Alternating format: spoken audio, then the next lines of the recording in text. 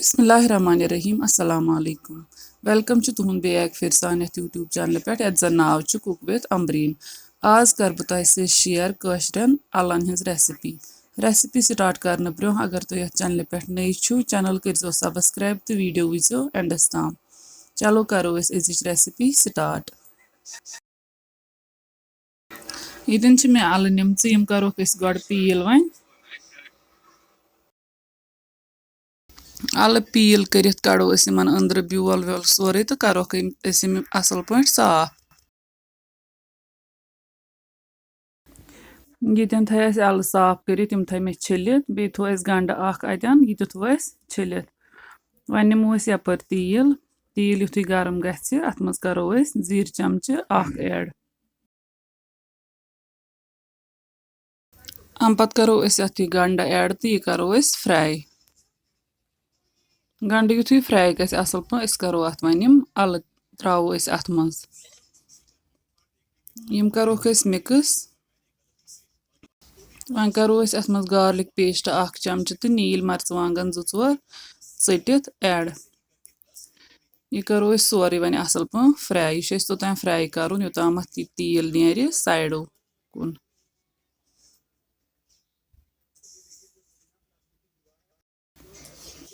अल गई ये फ्राई ये करो वन आब चमच 1-2 ऐड तो अत मज त्रो वन मसाल यह ब्लैक पेपर पाउडर सौंफ पाउडर टर्मरिक पाउडर जीरा पाउडर तो ड्राई जिंजर पाउडर बे त्रो नून अत मज करो वन सारी मसाल असल पे फ्राई योताम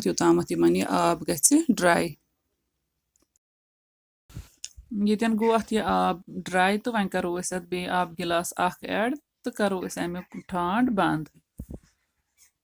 तो थो गैस पे योताम तथ लगभग 1 to 2 विसल नेरन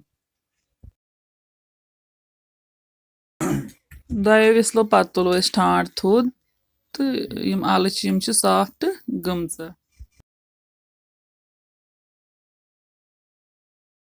वन करो ये दूध कप अत ऐड तो थो अत ठांड बंद यीतिस कालस अत ग्रेख यी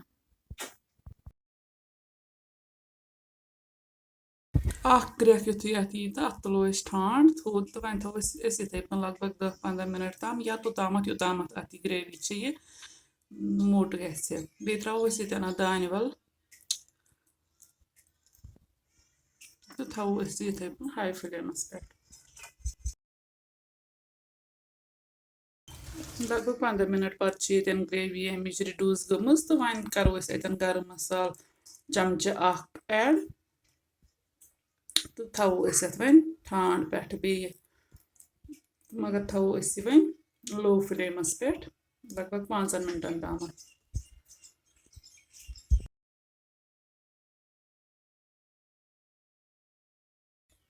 5 मिनट गसित कोर चेक सानी रेसिपी तैयार गमज तो अगर सान अजिच रेसिपी कुन लिहाज पसंद आम